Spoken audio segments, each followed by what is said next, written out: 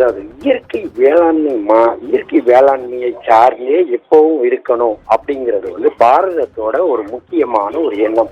இதுல வந்து பாத்தீங்கன்னா பல்வேறு கட்டங்கள்ல செயற்கையான வேளாண்மை தான் இப்ப நடந்துட்டு இருக்கிற ஒரு சூழ்நிலையில இயற்கை வேளாண்மை மாநாடு அப்படிங்கிறத வந்து இன்னைக்கு வந்து கோயம்புத்தூர்ல இருக்கிற குடிசியா வளாகத்துல வந்து நம்ம பாரத பிரதமர் மோடி துவங்கி வைக்கிறாரு.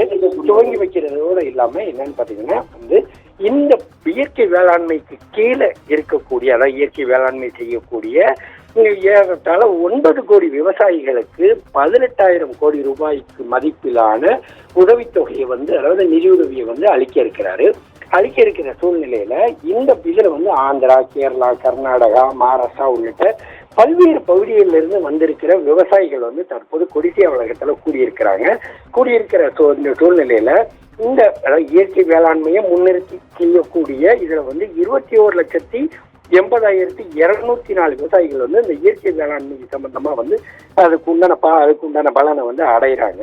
இதுல வந்து கோவை மாவட்டத்தை, அதாவது கோவை, உக்கடம், அதே மாதிரி திருப்பூர் உள்ளிட்ட பல்வேறு பகுதிகளில் இருக்கிற இயற்கை வேளாண் சார்ந்த 44,837 பேர் வந்து இந்த பலன் மூலம், இந்த திட்டத்தின் மூலம் வந்து பயன்பெற இருக்கிற சூழ்நிலையில இயற்கை விவசாயத்துல சாதனை படைத்த விவசாயிகளுக்கும் தற்போது அவர் வந்து விருது வழங்கி வந்து கௌரவிக்க இருக்கிறாரு.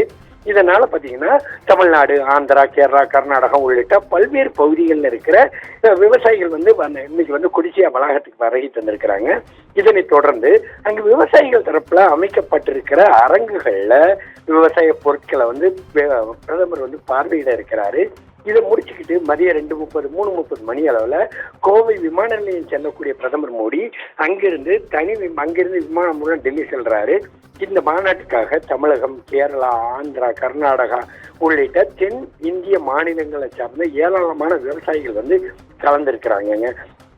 அதாவது செயற்கை விவசாயம் அப்படிங்கிறது ஒரு பக்கம் இருந்தாலும் இயற்கை விவசாயத்தை கடைபிடிக்கணும் அப்படிங்கிறது ஆரம்பத்திலிருந்தே இந்த பிஜேபி பாஜக அரசு வந்து முன்னிறுத்தி அதை எடுத்து வந்துகிட்டே இருக்குது. அதே மாதிரி பார்த்தீங்கன்னா இயற்கை வேளாண் சார்ந்து பண்ணக்கூடியவங்களுக்கு விருது கொடுக்கறது, அதே மாதிரி பார்த்தீங்கன்னா இயற்கை சார்ந்து அது கூட பண்ணக்கூடியவங்களுக்கு வந்து அதுக்கு தகுந்தாப்புல மதிப்பளிக்கிறது உள்ளிட்ட பல்வேறு கட்டங்கள் வந்து இந்த பாஜக அரசு செஞ்சுட்டு இருக்கிற ஒரு சூழ்நிலையில இந்த விவசாயிகளுக்கு 6,000 ரூபாய் உதவித்தொகை வழங்கக்கூடிய இந்த திட்டத்துல மொத்தம் வந்து பாத்தீங்கன்னா விவசாயிகளுக்கு மொத்தம் 18,000 கோடி ரூபாய் வந்து நிதி உதவி வந்து அளிக்கப்பட இருக்குது.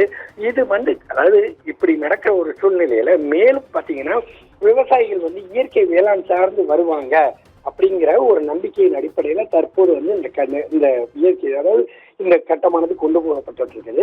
ஒவ்வொரு கட்டத்திலையுமே வந்து இயற்கை வேளாண் சார்ந்தே இருக்கணும் அப்படின்னு சொல்லி அரசின் தரப்புல ஏற்கனவே பல்வேறு கோரிக்கைகள் வைக்கப்பட்டு, அதாவது நம்ம மத்திய அரசு தரப்புல பல்வேறு தரப்பு கோரிக்கைகள் வைக்கப்பட்டு அதன் அடிப்படையில் தான் தற்போது பண்ணிட்டு இருக்கிறாங்க.